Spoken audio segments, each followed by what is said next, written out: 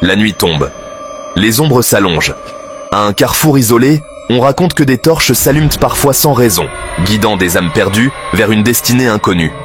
Ce soir, nous explorons l'histoire d'une figure mystérieuse, une divinité redoutée et vénérée depuis l'Antiquité. Hécate, la déesse des carrefours, des ténèbres et de la magie. Qui est-elle vraiment? Était-elle simplement un mythe ou quelque chose de plus réel? Préparez-vous à entrer dans un monde où les frontières entre le visible et l'invisible s'effacent. Dans les récits anciens, Hécate est décrite comme une déesse aux multiples visages. Fille des titans Persée et Astéria, elle n'a jamais été une simple figure parmi les dieux de l'Olympe. Son domaine? Les carrefours, ces lieux où les décisions changent des vies. Mais Hécate ne règne pas seulement sur les routes. Elle est aussi la gardienne des âmes perdues, la maîtresse des sorcières et l'incarnation des ombres qui nous entourent. Imaginez une femme portant des torches, une clé à la ceinture et accompagnée de chiens noirs aux yeux flamboyants. Une femme qui n'est ni du monde des vivants, ni tout à fait du monde des morts.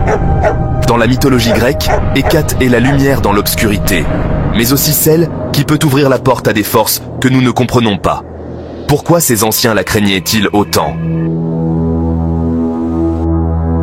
Hécate n'est pas une déesse douce ou apaisante. Elle est une force brute, un guide des âmes, une protectrice et une punisseuse. Ceux qui s'égarent dans son territoire doivent faire preuve de respect.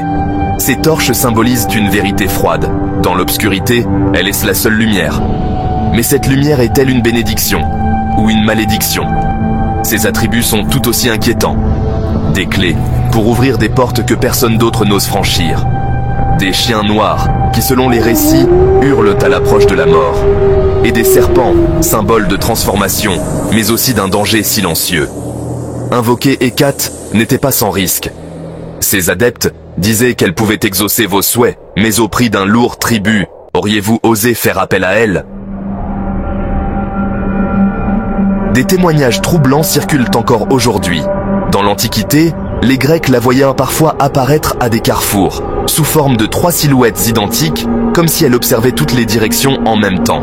Ces carrefours, lieux de transition et de choix, étaient considérés comme des portails entre notre monde et celui des esprits. Certains disent que ces carrefours restent hantés aujourd'hui. Une légende raconte qu'à minuit, lorsqu'un voyageur hésite devant un chemin, des torches pourraient apparaître pour l'éclairer. Mais suivre cette lumière n'est jamais sans conséquence. L'a-t-on guidé vers son salut ou sa perte? Dans le mythe de Perséphone, c'est Hécate qui guide Déméter dans sa quête pour retrouver sa fille. Avec ses torches, elle éclaire le chemin vers le monde souterrain. Mais pourquoi cette déesse a-t-elle toujours ce lien si fort avec la mort? Les anciens avaient peur d'Hécate, mais ils savaient aussi comment s'attirer ses bonnes grâces. La nuit, des rituels étaient pratiqués à son honneur, souvent à des carrefours. On laissait des offrandes, des œufs, du miel et même du vin. Ces dons étaient censés apaiser la déesse et la détourner d'un mauvais sort. Mais attention, mal faire un rituel pouvait provoquer sa colère. Des histoires racontent que des chiens hurlant dans la nuit annonçaient de son arrivée, et que refuser de respecter ces rites pouvait entraîner des rêves troublants, ou même des malédictions. Ces pratiques anciennes pourraient-elles encore avoir un effet aujourd'hui? Ce qui est fascinant avec Hécate, c'est qu'elle n'a jamais vraiment disparu. Aujourd'hui encore, certains groupes néo-païens ou occultes pratiquent des rituels en son honneur. Ils disent ressentir une force particulière, comme une présence qui les observe dans l'obscurité. Fait troublant, plusieurs témoignages contemporains évoquent des visions de silhouettes féminines au carrefour ou des chiens noirs apparaissant subitement dans des lieux isolés. Coïncidence ou rémanence d'une ancienne croyance? Et vous, croyez-vous que des figures comme Hécate puissent encore influencer nos vies aujourd'hui? Hécate n'est pas seulement une déesse des anciens temps.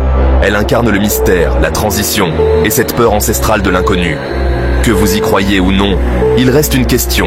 La prochaine fois que vous vous retrouverez seul à un carrefour, à minuit, écouterez-vous le hurlement des chiens? Osez-vous jeter un coup d'œil dans les ombres? La réponse, comme Hécate, est cachée entre lumière et ténèbres. N'oubliez pas de laisser vos impressions en commentaire et de vous abonner pour d'autres récits captivants. À bientôt pour une nouvelle exploration des mythes et légendes du monde.